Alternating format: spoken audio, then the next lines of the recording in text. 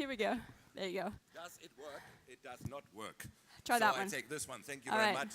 Hey, good morning. It's a really great pleasure to be here with you at the Cube Tech Fair 2017. And it's especially a pleasure since, as you just told us, we're going to have a really special guest here today, this morning on the stage. You know, I've been editor-in-chief of Bild for many years. And in that many years, I had the chance to meet a lot of presidents.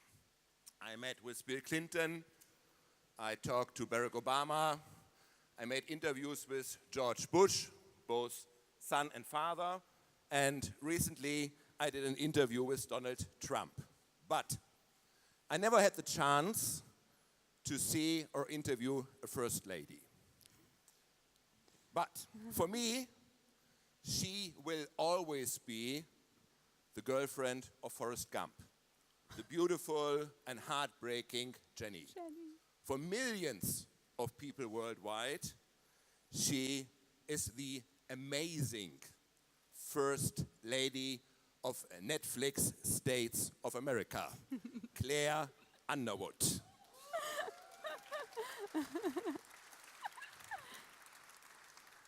In reality, she is so much more. Please give a big hand to welcome the great Robin Wright.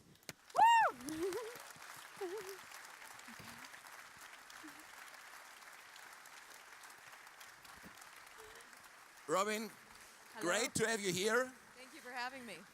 You are here for a reason. Let's just step into it immediately. Can we see the little film?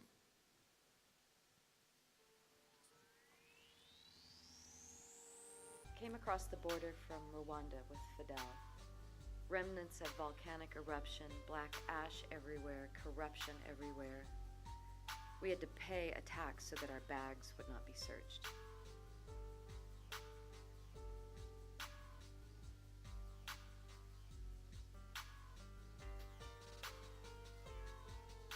Atrocities that go on in this country are so immense. And having been here for 4 days and seeing these beautiful people that have suffered so greatly from something we are responsible for, directly responsible for, because every mineral is in cell phones, computers, toasters, everything we consume, everything has the minerals that they provide. And it is our government's responsibility and the electronics company's responsibility to implement a certification scheme, a mineral certification scheme. It has to be done.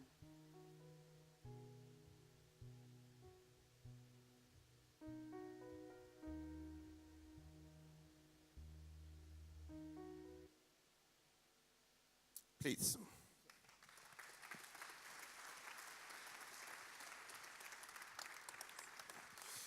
Robin, I'm sure you own a smartphone, do you? I do.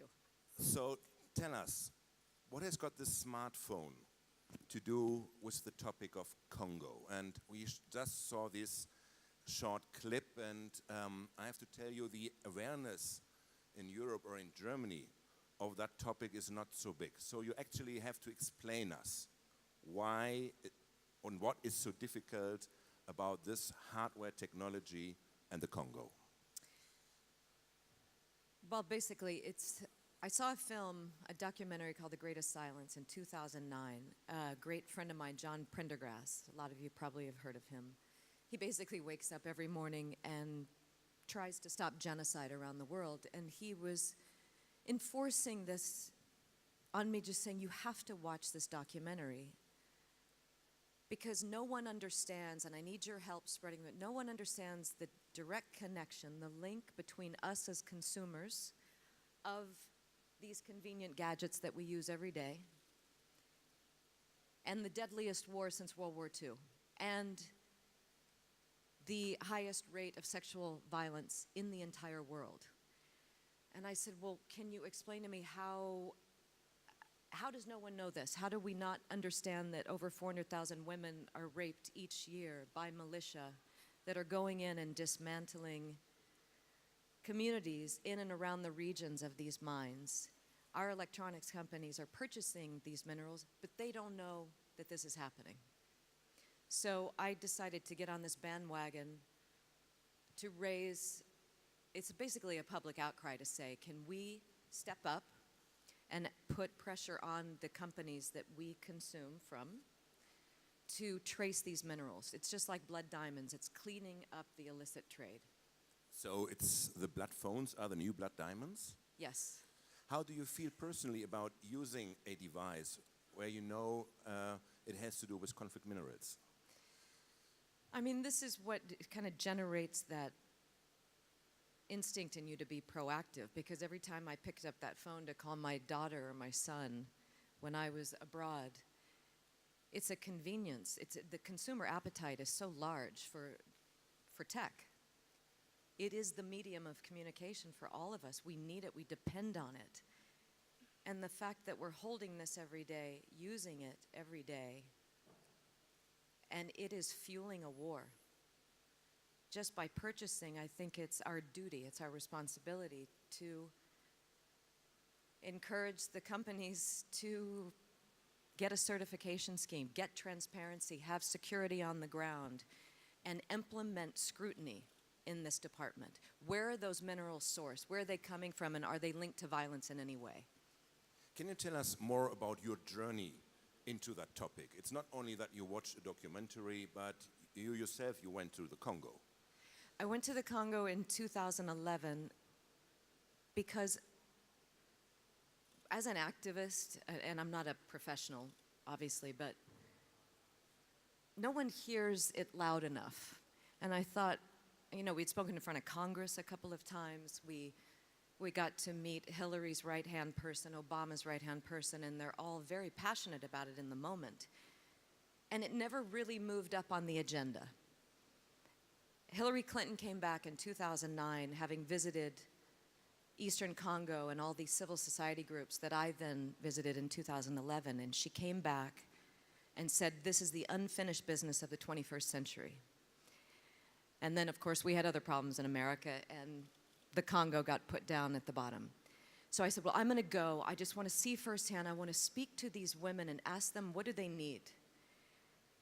And every single one that I talked to, survivors of rape, mostly, they didn't say, we need you to stop purchasing the minerals, or we just need you to be our voice, because we don't have that power here.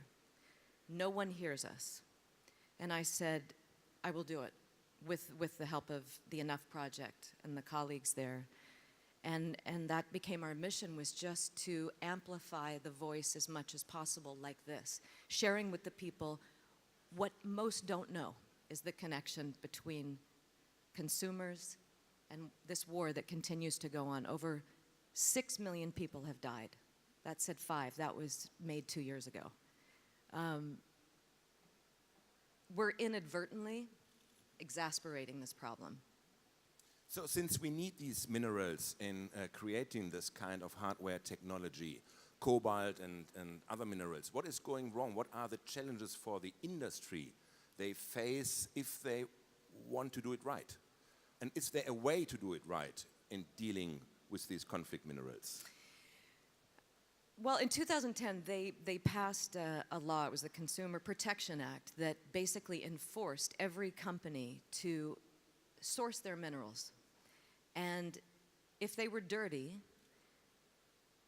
then they were responsible to either charge us more for our smartphone, which would be fine. I think if everybody knew what was going on, we wouldn't have a problem spending an extra $1 for our smartphone or our iPad. So something similar to fair traded coffee, kind Exactly. of fair traded smartphone. Exactly. We should do that. Yeah. That's a Could be an idea. startup right there. Yeah. And they were actually required to trace the minerals and have a transparency form that they had to pass through a council of people, field officers on the ground, making sure that those minerals coming out of that mine were not smuggled in and were not found and sourced by children, and that women weren't raped by this trade, the illicit trade that also goes on. So it was basically cleaning up the trade exchange. Because, you know, once they go from the mines, they're flown to China, Australia, to smeltering factories before the electronics companies buy them. So it's very opaque for electronics companies. They don't know really where they're sourced. They So probably that's the don't challenge. want to know. Maybe they don't want to know. But it's very difficult to know. It's difficult to vet.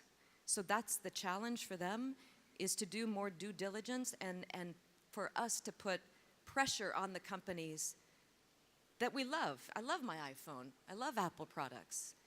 I want Apple to become 100% conflict-free. Intel is our biggest electronics company in America. I don't know if it's worldwide. Is it Intel? Brian Krasinich went with us to a tech show in Las Vegas, heard this talk with me and John Prendergast, and he, within a month, made his company 100% conflict-free. And I think what that entailed was getting field officers on the ground in this region, in the eastern part of Congo where these mines are. And here's the other thing. That's their greatest resource. They carry every mineral and gold now. So it's the jewelry companies, it's the automotive industry, it's the tech world that are buying all these minerals. Is the abundance that they have, so does Australia have these minerals, but they're 10 cents more than they are from Congo. So it's, would you be willing to pay an extra 10 cents for, yes, of course you would. You started your campaign, you became an activist from 2010 on. How would you describe the effect of the campaign since then? What has changed? Do you think anything is going to be better in that regard, or do you see no awareness of that topic in the rest of the world? No, there's been an incredible increase of awareness because there's a team of us from the Enough Project, and Stand with Congo is another organization I work with, and they travel around to universities. So they're getting into the Z factor, is that what these kids are, right? They're hitting that demographic because they are our next tech geniuses. They're the next wave of employers at electronics companies. So I think it's now 125 conflict-free university campuses. So they're only using products that are conflict-free. And then they're spreading the word through social media, which, as we all know, that's the biggest reach, is just to spread the word as best you can in your Facebook, your Twitter, your... Maybe Trump could tweet that. He could... You just praised Intel and Apple obviously reacting to this kind of campaign. At the bottom line, are there companies that simply do not change? Nintendo is basically the worst company. They don't answer emails. They turn a blind eye and make more PlayStation games. Yeah, I would say that they're just in denial because it's so profitable for them. You made this great documentary, When Elephants Fight. Can you tell us something about this documentary? That was made, and I just narrated it. Now, I had been to the Congo before this was produced, but Mike, the director, and J.D. Steer, the producer, they went into the areas where these militia, where these young soldiers were traveling, and they actually got to travel with them, behind them, filming. Well, if you see it, yeah, they were there for months. And I just offered my services to narrate just because I knew the vernacular a little bit. I knew a bit of what we've been talking about for the last 15 minutes. How often have you been to the Congo? I only went once. How was the reception when you were personally there? Were they aware who you are? No, not at all. So no, you were more concerned with safety, going from, we were staying in Goma, which is more of, what they would call a metropolitan city, traveling from there to the mines or to the community centers where these women, victims of rape, are living no longer with a husband. The children have lost their father. Their village burned down, and they've been raped multiple times. Some of them crawled for 2 to 3 days to get to the one hospital that can repair these women. It was the concern and security, how long it took us to get from Goma to the community center.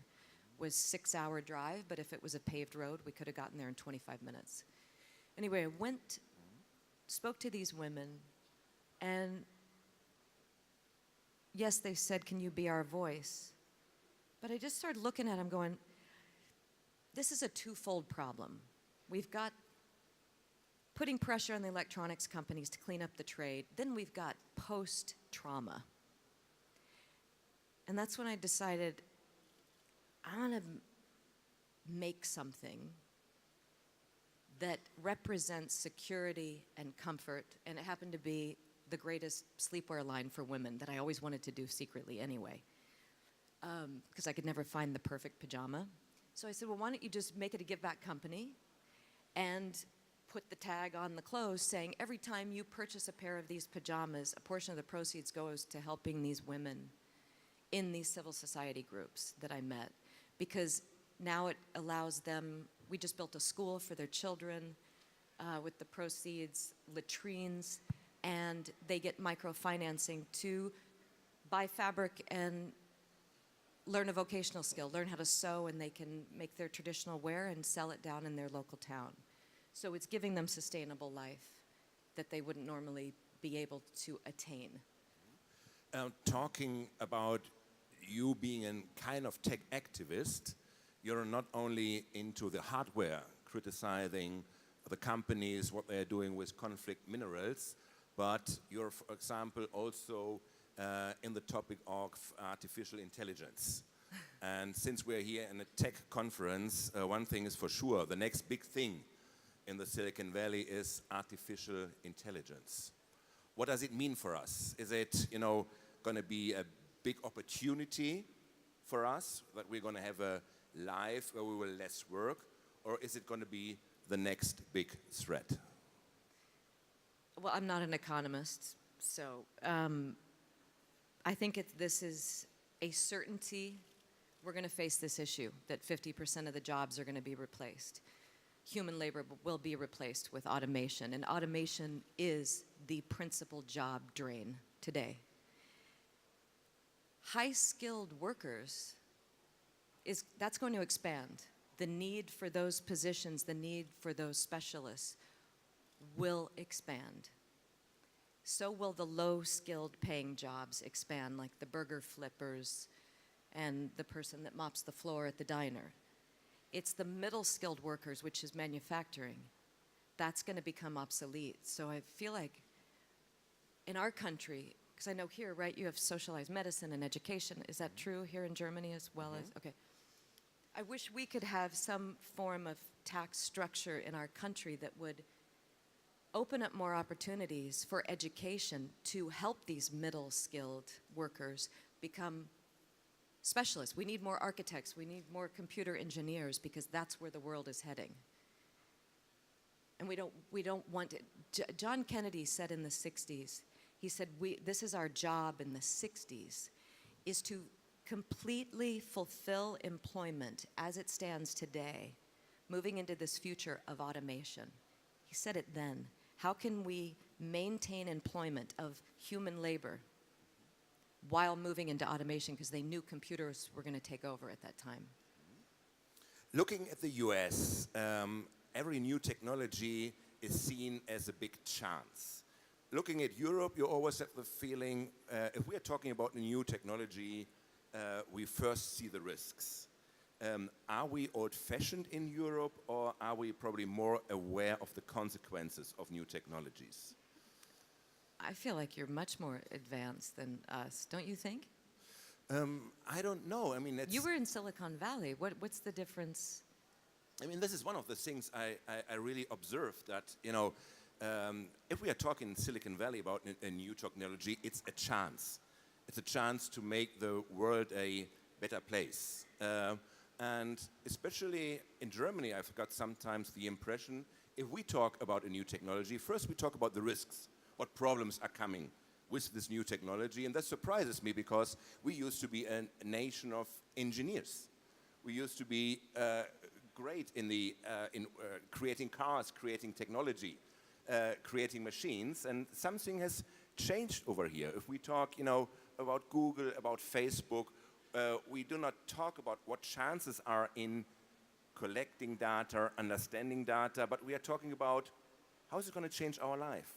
How are we going to give control to big companies we don't understand, that we'll then know what we will do as individuals? And sometimes I've got the impression Americans are more uncomplicated with it. They don't have got all these fears that are obviously around in this old continent. How do you see it? That's an interesting take on it, that you think they don't have the fears. I wonder if it's being investigated deeply enough, the way you just illustrated. It is of benefit for us, this new high technology world that we're all involved in. But it's also usurping manual labor. It's usurping the job place. It's usurping employment. And I think the solution is what I said earlier. We have to then produce more high-skilled job positions, which is basically education. We need to educate the Z factor, the millennials. Educate them, give them the education. We need to build more MIT universities. You've got kids. Yes. They use the new platforms. They use, obviously, Twitter, they use Facebook, they use Snapchat. How do you talk with your kids about this new world of technology? And what do they tell you? Because they see you're a tech activist. Do they like it? Or are they, Mom, what are you doing there? Well, I have to ask them, what is that? What are you doing? How are you doing that? And they're, oh my God, it's Snapchat. What's Snapchat? I don't know anything about this stuff. It is their world, and they grew up in it. So they're educating me. All I'm doing is their mother is going, maybe you shouldn't post that picture. That's the inside voice picture, things like that. But yeah, this is a world that's new to me. Is it to you as well, right? I mean, we had to learn. Yes. Yes, I mean... we didn't have to learn how to turn this on. Yes. I know how to operate that. That's about it. True, and I don't want to now fulfill all expectations regarding cliches and saying, I know how to use Twitter, but I don't know how to use Snapchat. But obviously there's a generational gap. You're not only a tech activist, but you've got a lot of topics where you're really engaged in political discussions. One of your big topics as well is gender and equal pay. And I know that you really can't talk about it, but I read the story when you found out that you're not paid the same amount of money as Mr. Underwood is paid, Kevin Spacey, and you simply went to your company and told them, okay, I could go public about it, and you solved the problem. You can do it like a superstar because you're a superstar, and they can't afford losing you. How do you see we can get any progress in this topic, and why is it still so complicated and so difficult in the world of the 21st century to guarantee equal pay for men and women? Really and truly, I think it's... And can you talk a little bit about how it was when you went to them? You're so sneaky. I think it's first and foremost about breaking this conventional wall. It's a conventional philosophy, which is, it's been going on for years. Women make 78% less than their male counterparts do for the same job position. What did I write down here? Women earn $5.8 billion less a year than men do for the same job. So I'm just an advocate for equal work, equal pay. It's very simple. As opposed to a bias on the employer. It's, you are worth your work, just like a man is worth his work.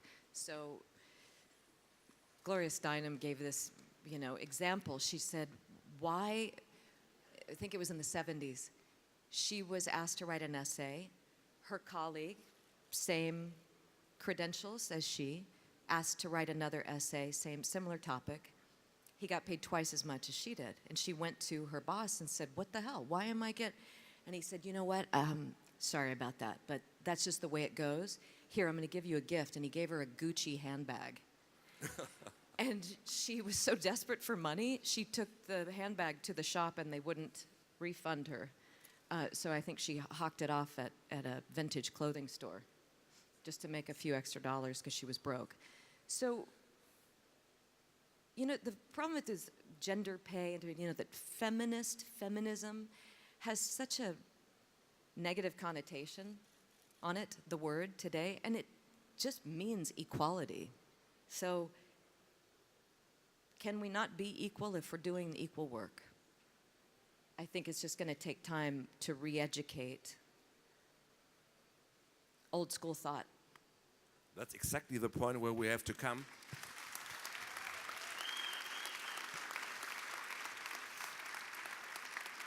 Where I have to come back to House of Cards again and talking about the character of Claire Underwood. Is she a kind of role model? What you would see in a gender world where, where everything is fine? What do you think? I mean, just, I think 2 days ago, I got the NDA letter from your company, Netflix. We had to sign because the new season is going to be there at the end of May, and it's going to be so exciting. And I know you can't tell us anything about it, but I think it's just a fantastic, great character, and of course it could be a role model. Yeah, of course. I mean, she is a role model for many men and women because she's the best of both sexes, I think. And I think that was the purpose of creating that character. So it's not just arm candy for Frank, her husband. They are mutually connected and respected and honor each other's strength. And she's iconic in the sense, people write in all the time and this, changed my life when she did such and such. And you think, well, I hope it was a productive thing and not a venal thing that she did. But what they talk about mostly is the efficiency in her as a working woman, as a powerful woman. And I see her as a utilitarian. And yeah, it's high drama, it's operatic, that show, but she gets the damn job done. And we can use that as a parallel way of thinking, right? I mean, forget about the melodrama of it, but she really does know how to be efficient. And in concert with him, they balance each other so beautifully, the two genders, I think, in that union. Since you've got a clear picture of what a woman is supposed to be in the 21st century, how much do you shape the character of Claire Underwood according to your own imaginations or to your own ideas? I mean, really, that's in honoring the writers of this show, the creators of Claire, because it was a British show originally, and there really wasn't a character. She was just the wife of a prime minister. They're bringing I know I'm stalling because I feel like I need to say something about season 5 that hasn't come out yet, and I know I'd be Don't spoil castrated, it, completely castrated. So I don't know how to answer. I mean, okay, no, you can't. Have there been situations where you said, no, Claire Underwood can't say the sentence. Yeah, she has to absolutely. say it the other way around. Yes, exactly. We do that every day. Kevin and I both. You know, we do read-throughs, audio read-throughs of the script with all the actors. And once you hear it, and we are all listening, responding, connecting verbally, the whole arc, the tone shifts from you as a soloist. Because being an actor, it's such a soloist act. You read your scenes, you do your homework, you do your thing by yourself. And the minute you get in the room with all the other actors and the producers and the writers, and we sit around this table and we hear the episodes out loud, completely changes the next day. We all give our notes, and we do that. Claire would never say that. She wouldn't say anything. She would just give that evil look in her eye, and that becomes a rewrite. And then Kevin goes, I think I would say more. I'm like, of course you do, because you never shut up. You're always talking. Yeah, we collaborate daily on that. How much do you like Claire Underwood? Well, you have to love your characters. You do. Because if you're going to immerse yourself in that utilitarianism that I talked about, I can't be coming from another lens. You know, I can't have one eye looking through the lens going, God, she is just the most scheming, maniacal bitch. I can't be looking at her that way. I have to believe in everything that she does is absolutely the way it needs to be done. What do your kids say when they watch it? How much mom is in Claire Underwood? None. Really? Oh yeah, they laugh hysterically. Yeah. It's so not you. I'm like, thank God. Before I would like to take the chance to give a couple of questions to the audience, I have to ask my last questions. Since I had the opportunity to meet with Donald Trump and to interview him for my newspaper, and now that we are coming to season number 5, doesn't it become more difficult for House of Cards really to be exciting and entertaining, since the reality is so much more exciting? Right? You're so right. The problem is he stole all of our ideas. I'm like, God, now what are we going to do? It's going to be so boring. Because we're going to start shooting season 6 here in a minute, and we're scrambling. We don't know what else we can do.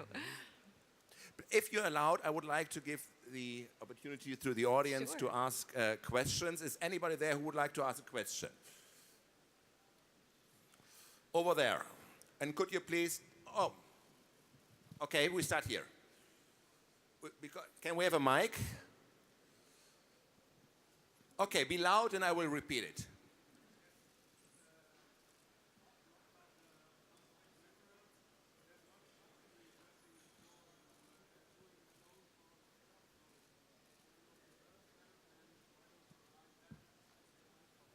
So the question is, actually there is obviously a company that is doing a kind of fair traded phone. It's called Fairphone, and the question is, why don't you use that phone instead of your iPhone?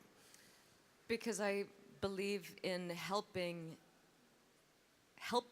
these companies that are not yet fair trade, conflict free, to move them along in that direction, because not everybody's going to buy that fair trade phone. Not everybody is buying a Tesla yet. It may never happen. We may never go completely electric, but a lot of people are, and we want to encourage more of that, right? Same philosophy I have with Apple or Samsung or Nokia. They've been around forever, and I like that brand. And I've always been an Apple purchaser. It's like buying the style of clothing that you like. So I want to keep buying that thing that I like so much. So can you guys clean it up? Please. Ms. Wright, you're doing amazing work in bringing the conflict minerals problem to light. I mean, it's a problem that's near and dear to my heart. My name is Nathan. My company is called MindSpider, and we're working on a blockchain solution for tracking conflict-free minerals. So one thing that's really interesting about this is that next week the European Union is signing into law a conflict minerals legislation.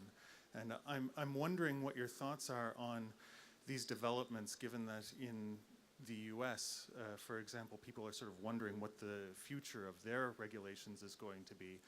And also, now that we're bringing all of this awareness to it, which is desperately, desperately needed, what can people who become aware of it do in order to push forward these initiatives? Well, it's so great that you brought that up. And I was just reading, tell me if I'm wrong, 2021 is when they will actually implement, the EU will implement these regulations. That's too long. So the Dodd-Frank bill, unfortunately, Trump has altered. I don't know if that's going to hurt us and this mission, because the Consumer Protection Act, I think it's like Section 1520 to be specific, is about making sure that there's no illicit trade between the companies and us. I don't know if that's going to create opposition for these tech companies. Therefore, if it is, and it could be, because who knows what else Trump's going to do in 6 seconds, is that we have to put more public pressure on the companies. And that's just like signing a petition for anything. The more people you can get to sign on saying, I want this product to be conflict-free, that company is going to feel more of a responsibility to do so. Anybody else? Christina's falling and then to fall. Okay. There's last question over there. Yeah, hello, my name is Jonathan. I have a startup in AgTech, and you were mentioning earlier that what's really important regarding the issues of AI is the level of education. And, well, when it comes to rural areas in the US and also here in Europe, and farmers facing the digital transformation, all this kind of stuff, I think that the race of digitization is growing way faster than the race of education in those areas. How would you tackle or face this issue? We have to move quickly because it's exceeding us, the pace at which this world of automation is growing. And I tell you where it's happening, total non sequitur here, but it links back. We're having this problem in the television world. Television has taken over film predominantly, I'd have to say, right? As far as content. We have too much content and not enough writers. So our industry's hurting, but we need more writers, so get more writers in the universities. We need more tech geniuses. So if you're having a kid soon, can we just make sure it's a tech genius? That's how desperate we are, you know? And I wish we had some kind of structure that we could provoke a conversation about through social media. Get these young kids to start provoking conversation saying, we need more universities. We want to have a class that will teach us how to do that skill, because those jobs are going to increase. Those jobs positions are going to increase, and we're not going to have enough speciality people to fill them. Okay, one very last question. Hi, my name is Eran Davidson. I'm Israeli, I live in Berlin, an investor. I travel often to Africa, to South Africa, because we have a fund over there. And we're trying to change things, and the more I travel, the less optimist I am. And my question to you, because I see it's getting worse, corruption, and business-wise, it's almost impossible to do it decently, to invest and to get money out of Africa without bribing people or doing things semi-illegally. And my question to you, do you plan another trip to Congo to see if anything has changed since you've been there last time? You just mentioned that 1 million people more died in the last couple of years since this movie was made. So can it get any better? It's twofold. Yes, I want to go back. I want to see if there has been any change, but I get reports from the group at the Enough Project and Stand with Congo. They go on a biannual basis and report back to me, this is what we saw, this was the progress. Remember those girls that, you know, were laying in a bed recovering? They're now graduating from law school in Kinshasa. And you're just like, yes, there's progress happening. The other side of the coin, which is pressure on the administration to convene the parties, that's going to take a long time to be able to get, let's say, Donald Trump in a room with Kabila, who is the president of Congo, and say, listen, can we negotiate something? Can you stop raping the women and we'll clean up this trade? We'll still buy your minerals. We don't want to put your people out of jobs, but just remove the illicit trade. That has to occur at the same time as helping these people post-trauma, post-corruption. That's got to happen back in DC. Ladies and gentlemen, Robin Wright. Thank you very much. Thank you so much. Thank you.